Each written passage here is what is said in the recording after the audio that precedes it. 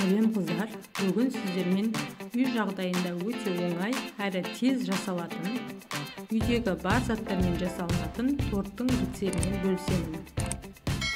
Видеоны толық қарап, менімен бірге болыңыздар. Бізге керекті заттар: жылы сүт, жұмыртқа, сұйық май және шекер. Шекерімізді аз-аздан сала отырып, толық ерігенше араластырып аламыз.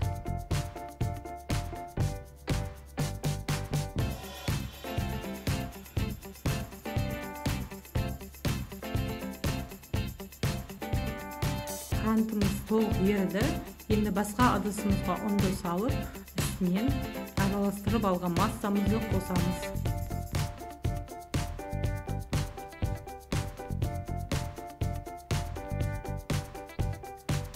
Араластырамыз, бір келкі масса шыққанша, және оның үстінен сода және уксусымызды қосамыз. Разрыхитель қоспаймыз.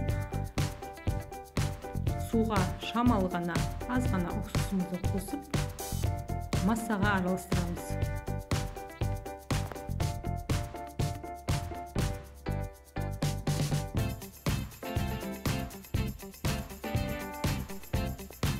Бұл тортты мен өзімнің қызымның туған күніне жасағандықтан красканы пайдаландым, бояуды. Яғни ерекше болуы үшін әртүрлі түсті пайдаландым. Видеода көріп тұрғандарыңыздай, мен 3 түрлі, яғни 3 қоржыға арнап тесто дайындадым. Енді қызымның өтініші бойынша тағы да 2 қоржыға масса дайындап жатырмын. Сіздер бұл массаны барлығын бірден жасасаңыздар болады. Алғашында мен 3 қоржыға арнап тесто дайындаған болатынмын. Енді қызымның өтінішімен тағы да жасап жатырмын. Құрамы бірдей, сіздер барлығын бірдей жасасаңыздар болады.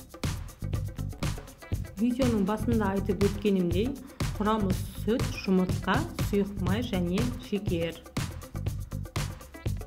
Сол құрамды тағы да жасап шықтым, 2 қоржыға арнап. Сонда барлығы бізде 5 қорж шығады, яғни 5 түрлі болып шығады. Яғни торттың көлемі үлкендеу болады. Массамыз дайын. Енді біреуіне какао, екіншісі осы үсте қалады.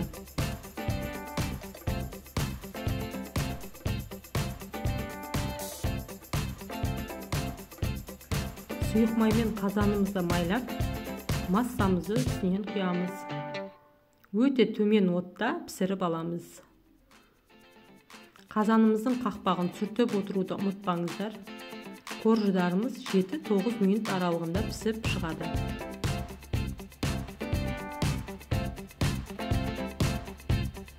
Видеода көріп тұрғандарыңыздай, барлық қоржыдарды пісіріп дайындап алдық. Асты жабыспайды және алынуы өте оңай.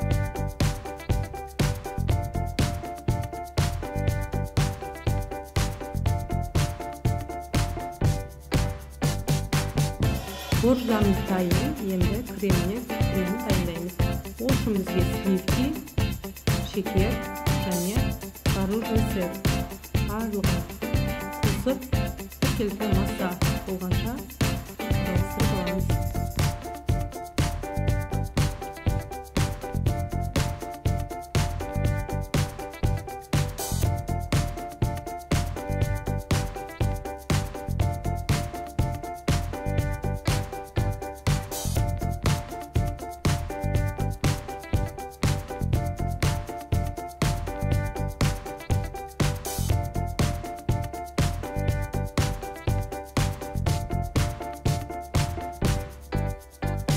Креміміз дайын, енді қоржықтарымызды жинап шығамыз.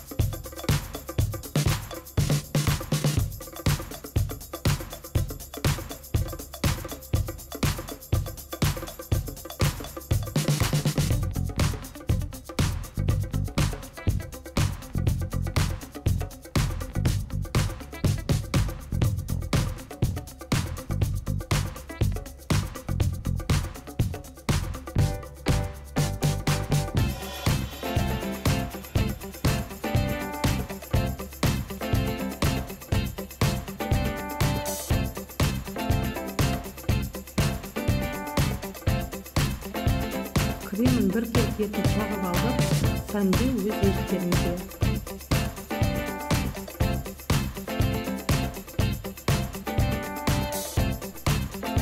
Тортымызды дайын болып қалды. Видеоны толық қарап менімен бірге болғандарыңызға рахмет. Видеоларым пайдалы болып жатса, лайк басып, пікір қалдыруды ұмытпаңыздар.